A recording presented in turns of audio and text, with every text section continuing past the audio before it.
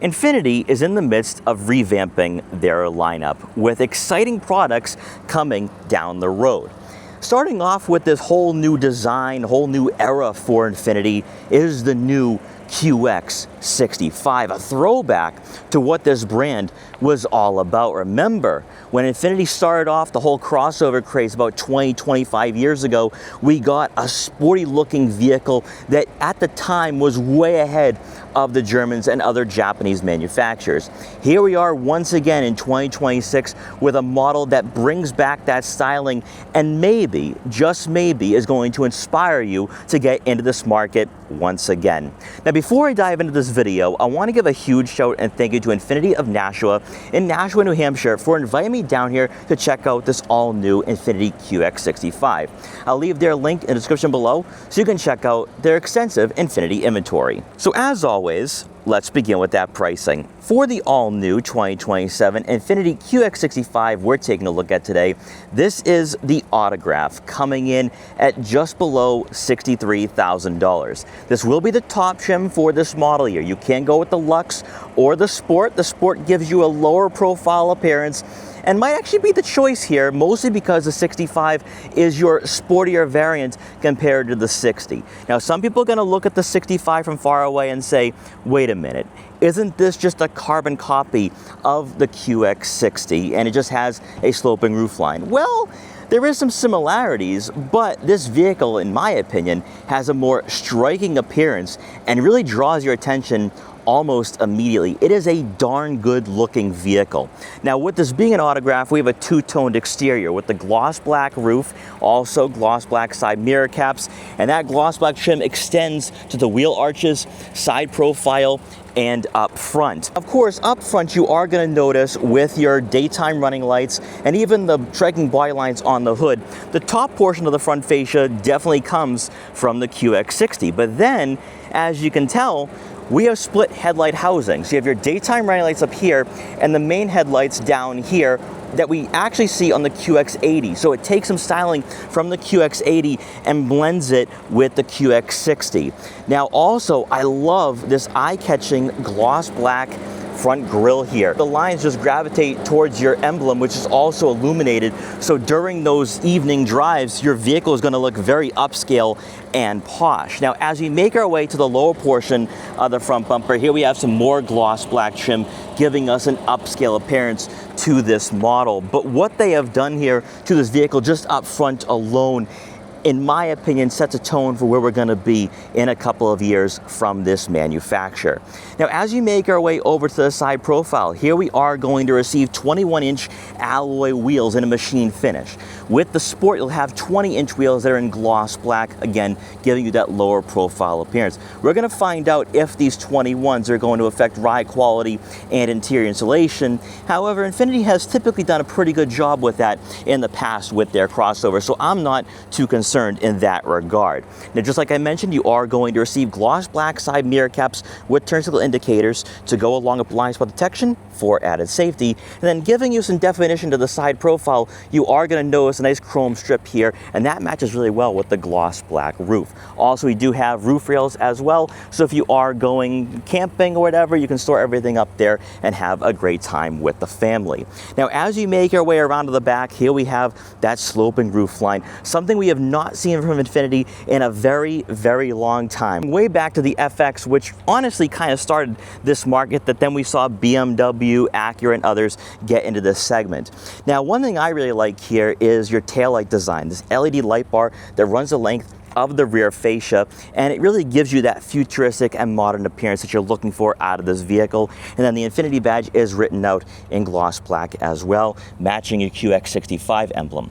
Now, for the lower portion of the rear bumper, Infiniti gave us some continuity here. We have the gloss black rear diffuser, which again looks really nice, and then we do have visible exhaust outlets, which is great to see here on this vehicle, giving you that sportier appearance. But let me know what you think in the comment section below. Is the Infiniti QX65 a really good looking crossover heading into the second half of 2026? Powering the Infiniti QX65 is a familiar sight. It's the same heart and soul from the Infiniti QX60. It's a 2-liter turbocharged 4-cylinder engine, producing 268 horsepower and 286 pound-feet of torque. It is paired with a 9-speed automatic transmission. Now, for those of you who are going to be saying in the comment section, or even just thinking to yourselves out loud, it needs a V6, needs a better powertrain with this being a sporty crossover.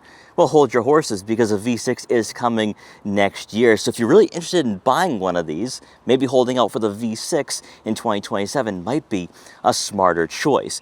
Now, also one thing I didn't point out here with the exterior portion of this review, out of the autograph, you are going to have a towing capacity of 6,000 pounds.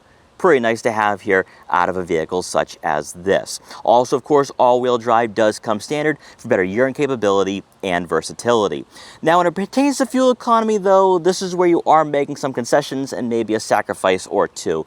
You're looking at right around 20 miles per gallon in the city and 26 miles per gallon on the highway. Now, for a vehicle of this size, that would be identical to a Nissan Pathfinder, and then, of course, the QX60. And a lot of vehicles now are moving in the hybrid direction, so maybe, just maybe in the future, we will get that here. But if you're someone looking for some fun behind the wheel, this vehicle could offer some miles per gallon, which is very nice to see in this segment. Hopping inside this Infiniti QX65 we're taking a look at today is going to be power adjustable, heated, ventilated, and massaging semi-aniline leather trim seats for both the driver and passenger, with the driver's side having 2-position memory for added convenience. Also, the steering wheel column is power adjustable as well. Nice to see here, below $70,000. With these seats, it's like sitting on a couch. It's like sitting on a sofa. They're plush, they're supportive. Now, the bolstering isn't really aggressive, which gets you thinking here, because with the Infiniti QX65, you get this impression that it is a sports crossover, and maybe we're going to get that out of the V6 and future models down the line. But for this 2027 QX65, I look at it as being a luxury vehicle, a nice premium luxury vehicle at that, because it's not just the seats, it's going to be the dashboard, it's going to be the door panels. Everything is soft touch, and that is one thing Infiniti does really well. They're exceptional at giving you a high quality interior that inspires you to get behind the wheel. Now, speaking of being behind the wheel, first off, you are going to have a head-up display with traffic sign recognition and a digital speedometer. Then also you will have a full digital gauge cluster. We have seen this numerous times in the Nissan product line. So having physical buttons on the steering wheel, you'll be able to scroll through a variety of information and customize this layout to your liking. Now, all this information is mostly basic info, such as your tire pressure monitoring system, your fuel economy statistics. Also, of course, you can adjust vehicle settings such as driving assistance, head-up display, eco mode, etc. Also from here, your drive mode selector will pop up. What I do like here is that it is straightforward and very easy to use, and also not a lot of sun glare, even better, which a lot of luxury brands are struggling with right now in the middle 2020s. Now, making our way over to the infotainment system, we are going to have this decently sized touchscreen with wireless Apple CarPlay and Android Auto compatibility. Since we now have Android-based software here in Nissan and Infiniti products, we have Google Maps, Google Assistant, and Google Play Store. But best of all, with this being an autograph, we have the 20-speaker Klipsch audio system with the speakers in the headrest to amplify the audio of your favorite music. Now, with this infotainment system, very straightforward. Usually with Android-based software, it's this new experience from the prior software a manufacturer used. Not the case here with Infiniti. So on the left side of the screen will be quick access icons for your home screen, your navigation, your radio, your Bluetooth, then of course your Google Assistant, and then lastly is going to be all your widgets for YouTube, demo mode, system information, GPS position, interior lighting, and it's all right here within arm's reach. But even better though, and it's great to see that Infiniti didn't change anything up with the QX65, is that on the center console, you will have quick access buttons and a dial giving you dual functionality. So if you don't want to reach for the screen, you don't have to. Now, when you do go to your home screen though, and you slide over to the left a couple of times, here you have your massaging seats. And we are going to try them out because why not? You guys know I like having massaging seats in my daily driver. So let's see what Infiniti has to offer us. Now, I'm going to be honest here that yes, they do a pretty good job of massaging you, but not as strong as what we see from Volkswagen with the Tiguan. So I know that is my benchmark. The Tiguan SEL R-Line Turbo is my benchmark, and many vehicles, even at this price point, kind of disappoint. But with this, I think you are going to be nice and relaxed being behind the wheel thanks to the nice softness and plushness of these seats. Now, also one thing too, with this head unit, what do you not notice? There's no climate menu. And usually for Android-based software, there's going to be a climate menu, but not necessarily with this head unit, because beneath the head unit, you're going to find your dials and your buttons for your dual zone climate control up front, your AC, front and rear defrosters, fan speed, fan direction, heated and ventilated seats. It is all right here, well within arm's reach, giving you somewhat of a tactile experience, even though it is somewhat futuristic. Really like to see that. Also, a physical volume knob as well. When you do place the QX65 in reverse, you are going to receive a plethora of camera angles, giving you a top view, a 360-degree view, also a rear backup camera with trajectory. But then best of all, though, when you place it in drive, now you have access to your 3D view that we usually see in most German brands like BMW, Audi, and Mercedes-Benz, giving you a 360-degree view of your vehicle. So if you are parking on city streets or parking in a garage, you have that visibility, you have that safety, more importantly. Continuing on beneath the head unit and for the center console, first off is going to be your wireless phone charging pad, and a new addition here, which is going to be a magnet. So that way, if you are on a winding back road, your smartphone isn't sliding around. Great to see.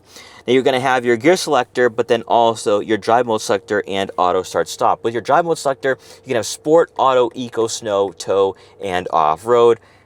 I don't think you're going to be going off-road here with this vehicle since you have the gloss black trim, but it is there at your disposal. Then, of course, we have our button layout for the infotainment system and that dial. Then also your electronic parking brake, auto vehicle hold, 2 cup holders. Then for the standard storage compartment, enough room for some smaller items, maybe a couple smartphones, wallets, or other tech gadgets. And there will be a 12-volt outlet as well. And then to round out the front seating area, above will be a panoramic moonroof, which brings in a lot of natural light to the interior. And we have a digital rear view mirror giving us better visibility when we are on the highway and you're looking at your blind spots, or maybe if you are backing out of a tight spot. Moving on to passengers in the second row, they're looking at right around 35.7 inches of legroom, which would be about 3 inches less compared to a QX60. But honestly, that's a bit deceptive because there's plenty of room back here. I'm not complaining. It does not feel cramped or claustrophobic in the second row, and these seats are not adjusted all the way back, but still, I can stretch my legs a bit, relax, and enjoy the driving experience. Also, another thing too is that these seats do recline a bit by about 5 to 10 degrees, so that way you can maximize that headroom and just relax on those longer road trips. Now, speaking of headroom, I don't think taller passengers will be hitting their head on the headliner, even with this panoramic moonroof, so that's great to see. Also, we have a flat floor, even with the all-wheel drive system, so I think you can try squeezing in a third person in the center. Great to see. Also, plenty of elbow room too. Now, with this model being an autograph, we have amenities. Starting off with the semi-aniline leather seats, which do feel really nice here. They're cushioned, and they also are supportive. But better yet, though, for passengers in the second row, we get climate control and heated outboard seats. So during those hot summer days or cold winter months, you can be nice and relaxed. Also back here, you will have 2 USB-C inputs. Then to round out the second row seating area, you are going to receive a center armrest with 2 cup holders. Returning to the rear fascia to take a look at the cargo area for the 2027 Infiniti QX65. As expected, you are going to receive a power liftgate since we do have the autograph trim, but it is a standard feature across all 3 trims.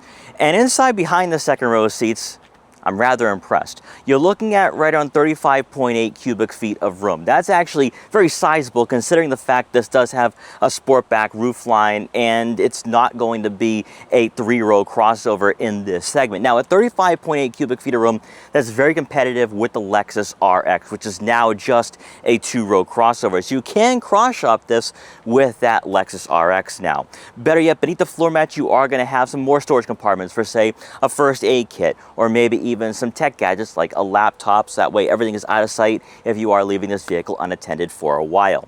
Then when you lower the second row of seats, you're looking at right on 67.7 cubic feet of room, which again is not going to be class leading, but still pretty impressive considering the size of this SUV. Better yet though, on the left side of the cargo area will be buttons where you can conveniently lower the second row of seats. Now they're not power folding, but still though, to have that here in the QX65, that's really great to see. Call it a character flaw, maybe I'm just weird, or I like rooting for the underdog.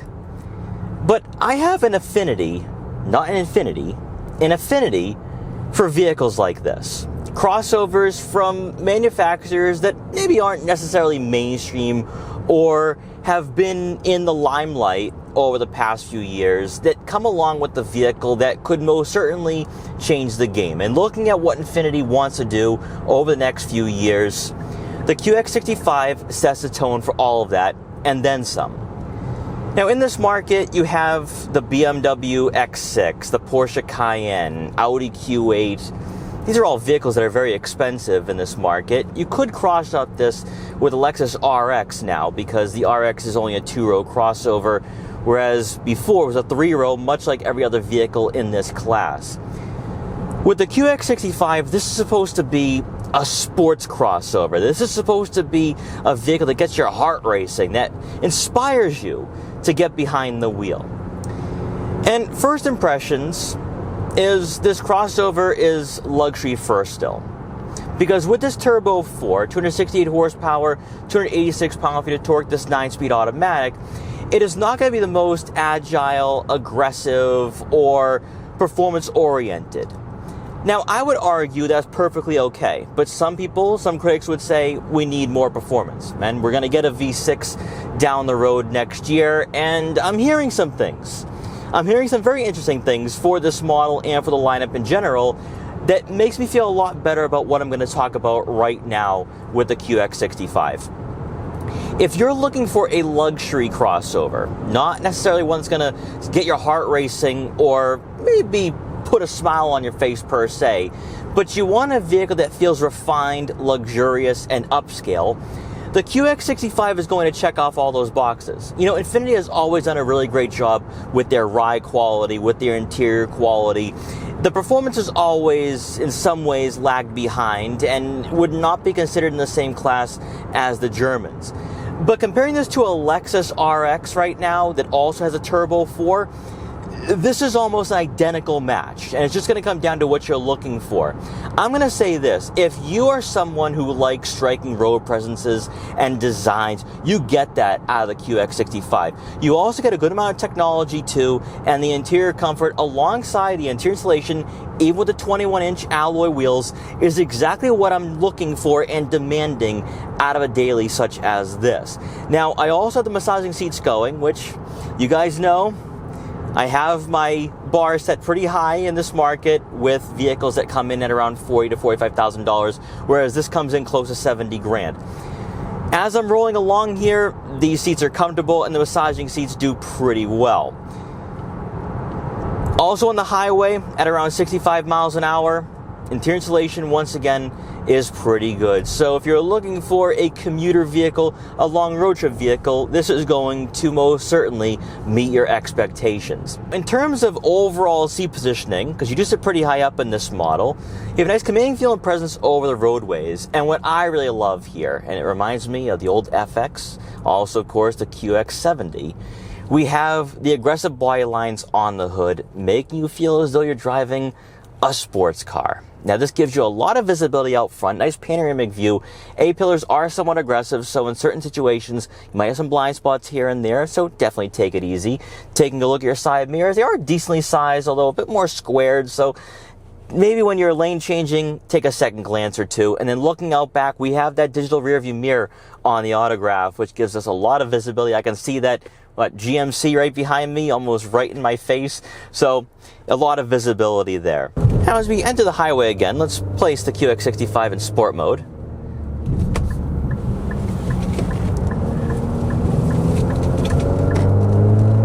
And of course, we're gonna get, we can. All right, not bad at all. Now, okay, 0 to 60 times come in around 7 seconds. So you're going to want to wait for that V6 if you are an enthusiast.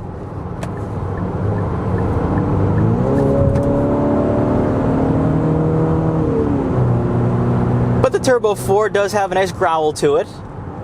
And you can also manually upshift and downshift with the paddle shifters on the steering wheel. Now, I will say this, with the handling and cornering ability of the QX65, in sport mode the steering does stiffen up quite a bit, so it will give you a more playful nature here, but it's still not going to be the most agile. But I do like the maneuverability of the QX65. It can handle corners pretty well, and what I also like too is that, all right, we don't really have a lot of winding back roads in this part of New Hampshire, but I do feel connected to the chassis a bit, and that's making me feel a bit more enthusiastic about this vehicle in general. On the brakes, nice and strong there. Into the corner, some body roll there. But I like the weight of the steering. It's kind of a surprise there coming from Infiniti.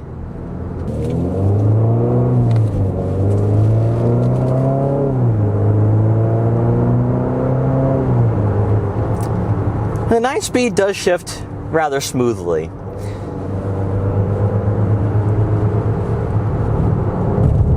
And let's place it back in auto. We can just relax here. But I will say that what Infiniti has done to retune this vehicle, it does feel a little bit different than the QX60. The QX60 is a bit more lackluster in terms of its performance. And from what I remember driving on the Blue Hills roads back in Massachusetts, it wasn't the most sporty. So with the QX65, it does feel like Infiniti did dial up the notch just a bit more here, and I can appreciate that. I just think that down the line, when we get the V6, that's where we're going to see this vehicle really have a soul and character that will stand out in this lineup, stand out in this market. And I'm more focused on the future with this model than the current vehicles. I think a lot of you will be waiting for that V6. But in current form though, for a crossover like this, maybe you're looking for a mature daily driver, this does fit that mold very well. And I think what Infiniti does really well is focus on the smaller details, such as your dashboard and your door panels, that a lot of manufacturers have moved on from, right? Everything is hard touch plastic now, whereas Infiniti is still giving you somewhat of an old school interior or old school driving environment that you're just not going to find anymore. And some people might say it's time to move on. It's time to go mainstream with the interiors. But I think what Infiniti is now focusing on here is the overall picture. Right? It's not just going to be the driving experience. It's also going to be the design. It's going to be a state-of-the-art look. And what they have done here with the QX65, I hope they do the same with the QX60, because this is a good-looking vehicle. So all in all, after spending some time today with the QX65, getting my first look at this vehicle, I'm going to say this. It kind of meets my expectations, but might even exceed them in some ways. Because looking at what this vehicle is supposed to be offering with the Turbo 4, similar features to the QX65, I'm thinking, all right, it's just going to be a two-row QX60. I do think that Infiniti has retuned this slightly to make it feel a bit more on edge, and I can appreciate that. But as I said numerous times today, I would probably recommend waiting to that V6. So guys, let me know what you think here about the new 2027 Infiniti QX65. Is this an impressive vehicle in an overcrowded market, or are you going to wait for that V6 when it arrives next year? Let me know in the comment section below. But guys, once again, thanks for watching, take care, and I will see you guys next time.